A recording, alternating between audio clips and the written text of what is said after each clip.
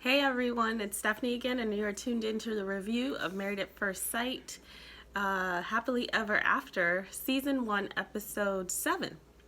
So, I really enjoyed this episode, and I really enjoyed this series. This is kind of exactly what I like to see.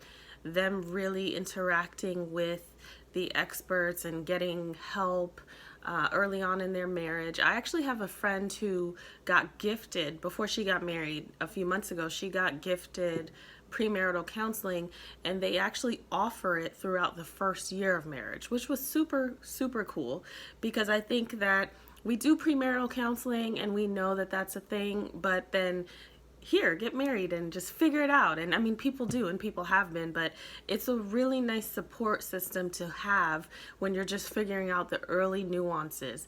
And there's just some stuff that you can't prepare for, and there's some things that you don't know occur until they do, and you don't know how you'll respond until you do. So I really like seeing them interact. This week, the three couples met up in Boston. I guess they were going to do another couples trip, but because the baby came early, they met up in Boston and they got to spend time together and also meet with the three experts.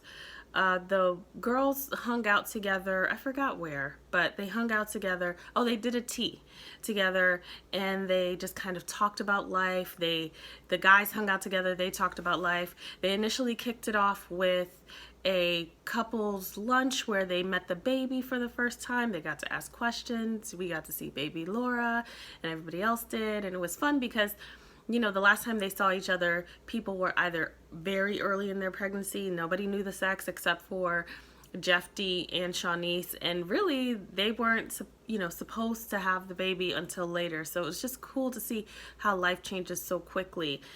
We watched the guys kind of support Jephte, and Jephte talking about what it's like to be a new father, and how even though he's in love with it, and we know that Jephte is in love with it, it's difficult. It's a transition. His wife needs more help, and the dog, who was super spoiled, is now acting out because there's someone taking up that energy and that attention, and just the type of friction that comes with a new change. And we watched the guys kind of talk and kind of, be a little overwhelmed with what may come based on what they're hearing, Bobby and Anthony. But it was a really good episode. We got to see Pastor Cal, who I absolutely love. I know I say that all the time, but Pastor Cal drops the best gems. So the guys meet together and are just talking about the relationship, intimacy, which is really important, making a woman feel desired even at that time, what intimacy looks like. And, Jephte was laughing and saying how, he can't wrap, which I've heard a lot of men say, they can't wrap their mind around being intimate like towards the very end. I've also heard the opposite. Anthony was joking around. An important thing that came up for Bobby was the fact that he is not being intimate now, and they haven't been. And I think she's been pregnant for 3 or 4 months, and they've been married for about 6 or 7 months. And Pastor Cal's really supporting him and giving him optimism and telling him to be hopeful. But Bobby's kind of struggling because he hasn't really experienced anything but the opposite. But Pastor Cal kind of drops some gems, says make her feel desired, take the initiative, make the effort, which is important. So they have that great conversation. We watched the ladies' dialogue about where their relationship is. One of the most impactful moments about that, and Dr. Jessica was sitting in with them, was talking about Danielle's lack of emotionality. And so Danielle says, Dr. Jessica says, who are you the most emotional with? Like, who can you just really give emotion to? And she says, Henry, which I jokingly said out loud, but she really said it in real life. And I don't have any words for it. I think you guys already know how I feel about her. But it was great to have Shawniece sitting there and being the representation of what Bobby is. And the beauty is Shawniece can say it, because Shawniece isn't Bobby. So Shawniece can say, listen, I am that spouse. The spouse who is not nourished and not poured into, and is basically looking at their spouse give emotion to other things and other people, and it doesn't feel good. Now, Danielle says that really impacted her, but we watch her struggle throughout the remaining part of the episode, where her and Bobby engage in this task where they are supposed to give each other compliments. She struggles with that. The first thing she says is, "I love how good of a dog dad you are." You know, it she gave a few more compliments, but they just weren't good enough to me. And I think Bobby is so thirsty for anything, and he's just willing to accept anything, that he will make them a bigger deal than what they are. But at this point, you should really be operating in a completely different level. It's really, really concerning to me that she could give so much emotion to her pet, but not her husband. Like, the jig is up.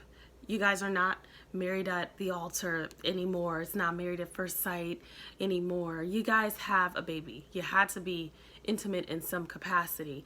Just relying on the fact that this is the way that you've always been is a handicap, and it's a comfortable crutch for her to remain the same. And we watched towards the end of the episode when they're all sitting with all the experts, and I think Pastor Cal asks about the emotions again, and she asked Bobby, and Bobby is afraid to say, yes, she needs to do better. And she surprisingly says, it's probably something I need to work on. And, you know, gold star for just halfway owning that. But then Bobby, if you guys notice, Bobby has a tendency to rescue her. He complains like via green screen or, you know, with the guys or with Pastor Cal. Valid complaints, but then he really doesn't challenge her to be better. He doesn't challenge her to give him what he needs, and he rescues her. Pastor Cal says, hey, you know, get into the habit of doing this stuff. Maybe send a text message. Oh, she does, which I think is a bold-faced lie. I don't know what it is about that moment, but when I saw that, when he like rescued her, I was like, that's a lie.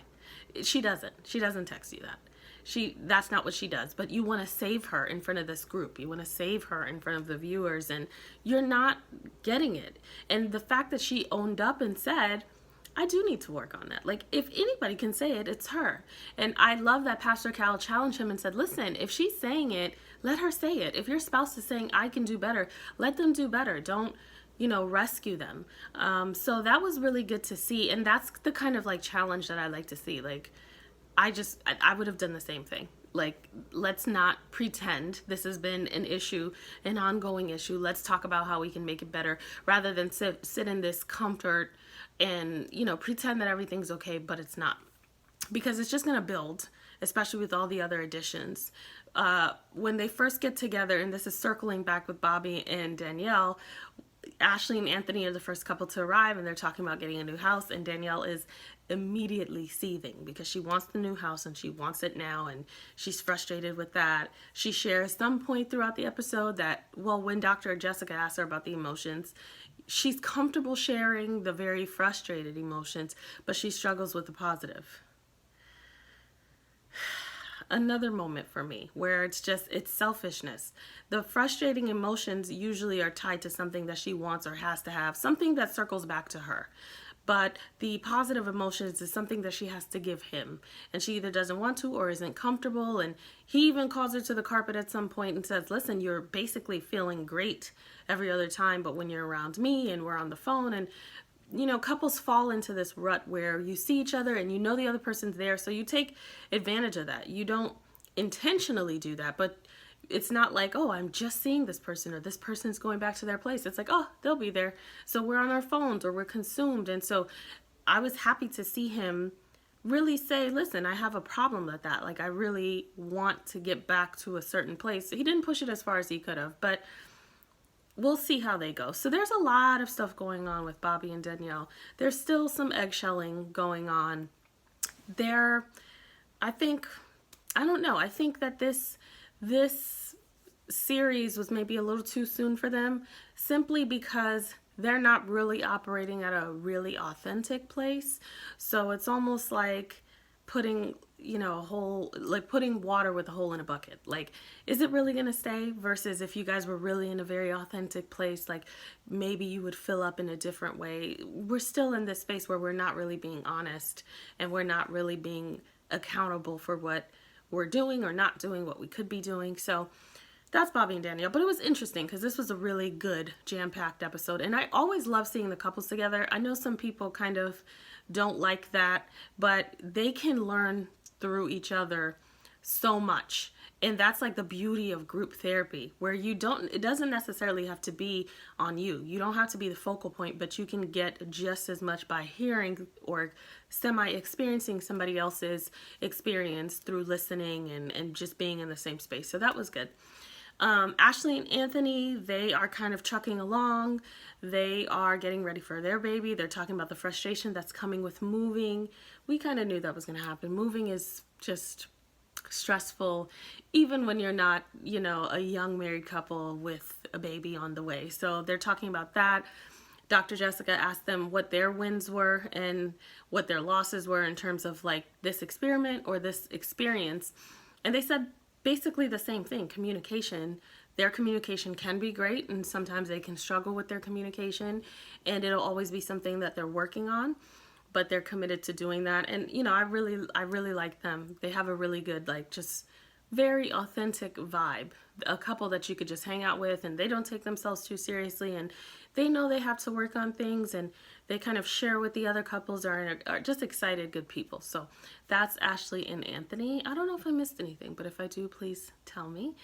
Last but not least, we saw Shawniece and Jephte. Probably one of the most powerful scenes for me this episode was watching Pastor Cal talk to Jephte.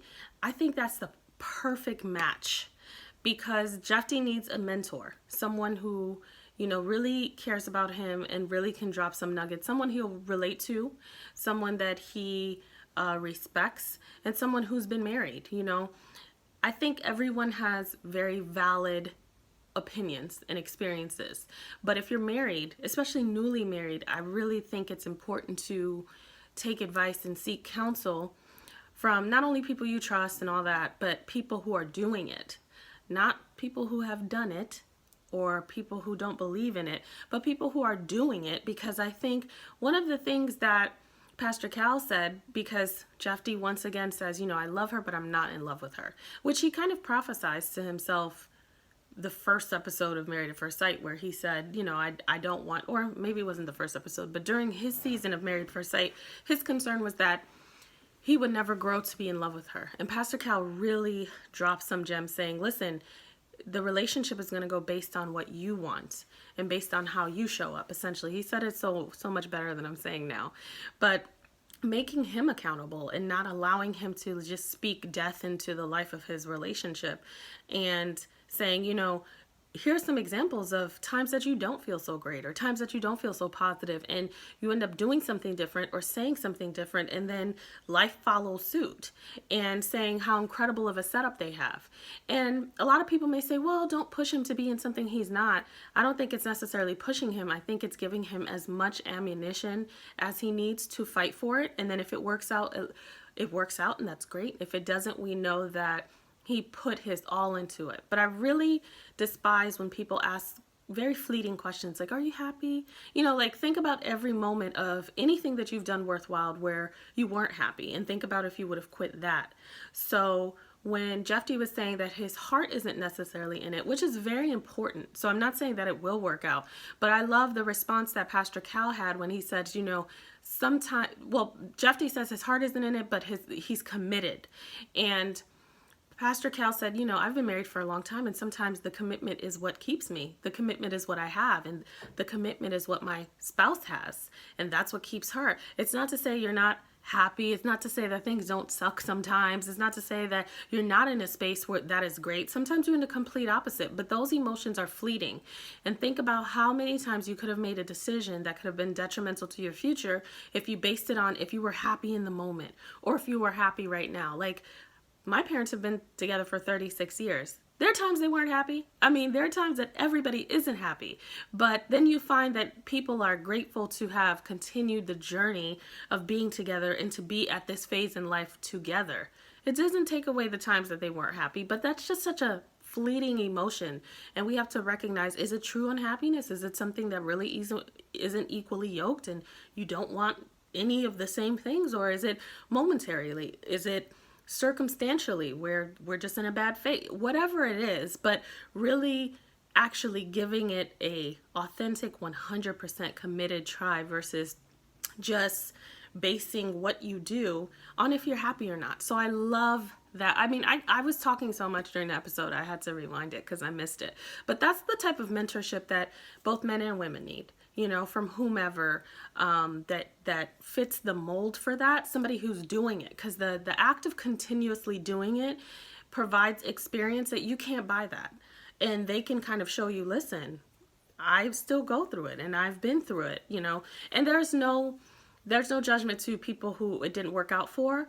I just think that somebody who's actively doing it, meaning they're still married, they are going to tell you how to continue to actively do it if that's the goal. So, you know, that is Shawniece and Jephte. We find them continuing to work, but I really love that moment because I feel like a lot of men may not always get that mentorship, especially he's missing it. He grew up without his father. He had a lot of missing components to even be a successful partner. And, you know, we don't know how to be husbands and wives early on in marriage. That's something that comes with time, but you throw yourself into it and you're learning. And I think that mentorship is so important, specifically for men, because a lot of women, we have so many places that we go and we commune and we talk and we have all these circles, and I don't think men do that as much. So that was really good. You know, we watched them be very honest about the space that they're in. They're working on it. It's a work in progress. They're getting there. They're not pretending that it's something that it isn't, and we'll go from there and we'll see how it works out. And they're both loving their child and they're open to what may come. So that is Shawniece and Jephte. I think they had like a great season with this whole thing because they've just had to really deal with some things and face some things and bring a new life into the world and just keep going with life. And that's just reflective of the accuracy of what happens. Regardless of what's happening, like life keeps happening, and you pick up the pieces and you move on and you make the decisions based on where you are, where you want to be, and then you do what you have to do. And it may work out, it may not work out. I definitely always want the best for them. And that's it. So that's this week's episode review. Please let me know what you think. Also, don't forget to subscribe, comment, and like. And I will see you next week for the finale. Everyone have a great week.